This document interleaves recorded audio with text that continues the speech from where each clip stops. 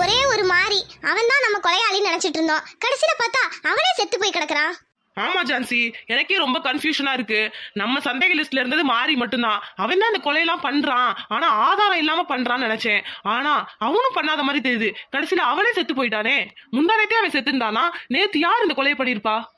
ஆமா சார், அவன் முந்தானத்தே ஹார்ட் அட்டாக்ல செத்துட்டான். ஆனா பண்ணையாரோட மூத்த மருமக நேத்து தான் இறந்து போய் கிடக்காங்க. இப்போ இந்த கேஸ் எப்படி முடிக்கிறது நீங்களே சொல்லுங்க.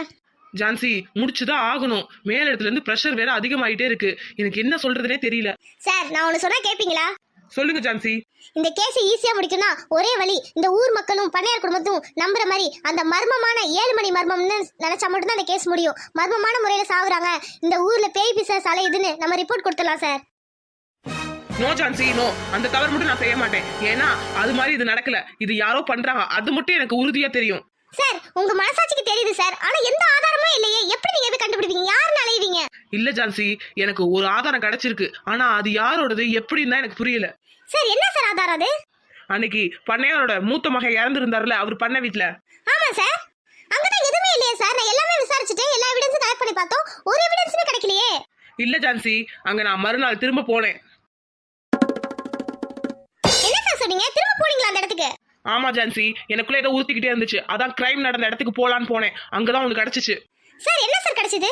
அது லேடிஸ் யூஸ் பண்ற தோடு, அந்த கம்மல் ஜிமிக்கி மாதிரி இருந்துச்சு. அது ஒரு ஜிமிக்கி மட்டும் அங்க கடந்துச்சு கிரைம் நடந்த இடத்துல. என்ன சார் சொல்றீங்க? கம்மல் கடந்துச்சா? அது ஒண்ணே ஒண்ணு கடந்துச்சா? யாரோடதா இருக்கும் அது?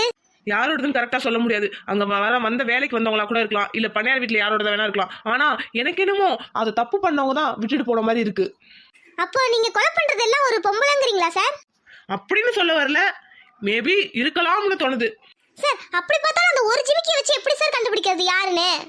இல்ல ஜான்சி, எந்த ஆதாரமே இல்லாத இடத்துல ஏதோ இந்த ஜிமிக்கி கிடைச்சிருக்கு. இதை வச்சு நம்ம விசாரணை ஆரம்பிப்போம். இது யார்கிட்ட போய் என்னன்னு கேப்பீங்க சார்? பண்ணையார் வீட்டுல இருந்தே ஆரம்பிப்போம். ஒருவேளை அந்த வீட்டுல இருக்கவங்களோடதுல யாராவது ஒருத்தவங்க பதற்றத்துல விட்டுருக்கலாம், கீழே தவறி விழுந்திருக்கலாம். சோ அங்க போய் விசாரிச்சு பார்ப்போம்.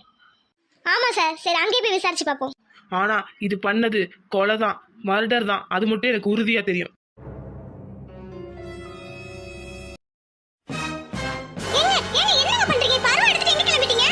சரஸ்வதி, நம்ம குடும்பத்து மேல எவனோ கை வச்சுக்கிட்டே இருக்கான். ஒவ்வொரு உயிரை எடுக்கிறான். எவனு பாத்துறேன். இனிமே ஒரு உயிர் போக கூடாது.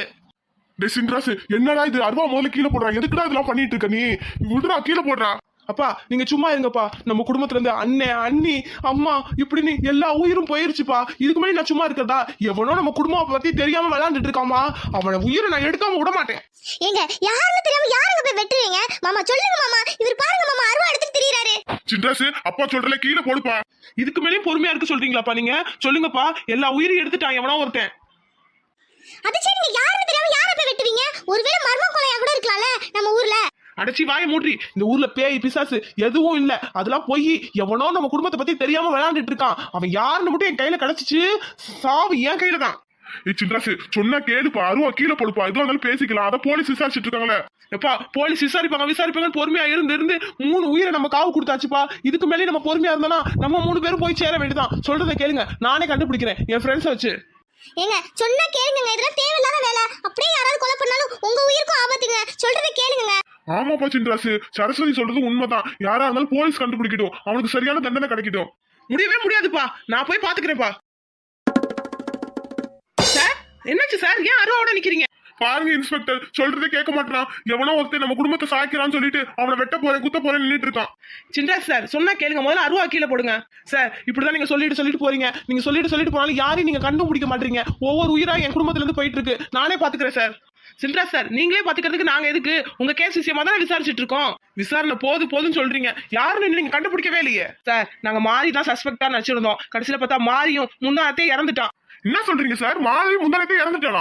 ஆமா பண்ணையாரே, மாறி முந்தானத்தே இறந்துட்டான் ஹார்ட் அட்டாக்ல. அவன் தான் அந்த கொலையெல்லாம் பண்றான் நாங்க நினைச்சிட்டு இருந்தோம். ஆனா அது தப்பு. வேற யாரோ இருக்காங்க. பாத்தீங்களா, நீங்களே சொல்றீங்க. யாரோ இருக்காங்க, எங்க குடும்பத்தை பத்தி தெரியாம விளையாண்டுட்டு இருக்காங்க. அவன் உயிர் என் கையில தான் போகும். ஏங்க, சொன்னா கேளுங்க. ஐயோ, எனக்கு பயமா இருக்கு மாமா. சொல்லுங்க மாமா. சின்ராசு, கொஞ்சம் பொறுமையா இருயா. இன்ஸ்பெக்டர் தான் வந்திருக்காருல, அவர்கிட்ட பேசிக்குவோம். இன்ஸ்பெக்டர், ஏதாவது தகவல் தெரிஞ்சுச்சா? எப்படி இந்த கொலை எல்லாம் நடக்குது? என்ன நடக்குது சொல்லுங்க. சார், கொலை பண்றவன் ஆனா பொண்ணான்னு தெரியல. ஆனா ஆதாரமே இல்லாம பண்றான். நல்லா யோசிச்சு பிளான் பண்ணி தான் பண்ணியிருக்கான். எங்களுக்கே கொஞ்சம் சவாலான கேஸ் தான் இது. அது மட்டும் இல்ல, டாக்டருக்கே இது போஸ்ட்மார்ட்டம் ரிப்போர்ட்ல ஒன்றும் சரியா தெரிய மாட்டேது சார். சார், இப்படியே சொல்றீங்க, ஆதாரமும் கிடைக்க மாட்டேது. அப்ப என்ன சார் நடக்குதுங்க? அப்புறம் எப்படி சார் நாங்களாம் குறைக்கிறது, வாழ்றது? டென்ஷன் ஆகாதீங்க சின்ராசு. ஆனா எனக்கு ஒரு ஆதாரம் கிடைச்சிருக்கு. உங்க பெரிய அண்ணன் இறந்தப்ப அந்த இடத்துல ஒண்ணு கிடைச்சிட்டு. சார் என்ன சார் ஆதாரம் அது? சார் அங்க ஒரு லேடிஸ் கம்மல் கிடந்துச்சு. இது யாரோடதுன்னு தெரியல. சார் அது இங்க கொடுங்க. சார் இது எங்க அக்கா போட்டிருந்த கம்மல் சார். நான் தான் கொடுத்தேன் எங்க அக்காக்கு. யாருக்கு? லட்சுமிக்கா? ஆமா சார், லட்சுமி அக்கா போட்டிருந்த கம்மல் தான். அன்னைக்கு மாமா இறந்து கிடந்தப்ப போட்டிருந்தாங்க. அழுதும் போது விழுந்துருச்சு போல. பாருங்க சார், நீங்க எவிடன்ஸ் கொண்டு வந்ததும் எங்க வீட்டு ஆளுங்களோடது. இதுக்கு மேல என்ன ஒரு ஆதாரமும் கிடைக்க மாட்டுது. பொறுமையா இருங்க சின்ராசு. என் கண்ணில் இது பட்டுச்சு. ஒருவேளை கொலையாளிங்களோட கூட இருக்கலாம்னு நினைச்சுதான் கொண்டு வந்தேன். அன்எக்ஸ்பெக்டடா இது உங்க வீட்டு ஆளுங்களோட போச்சு. சரி, இருந்தாலும் நோ ப்ராப்ளம், நான் கண்டுபிடிக்கிறேன். இன்ஸ்பெக்டர் சார், எப்படியாவது கண்டுபிடிங்க சார், எங்களுக்கு பயமா இருக்கு சார். சார், பல நாள் திருடன் ஒரு நாள் அகப்படுவான். அது என்னைக்கா இருந்தாலும் என் கையில அகப்படுவான். கவலையப்படாதீங்க. சீக்கிரமா அந்த கேஸை முடிக்கிறேன். நான் வரேன் சார்.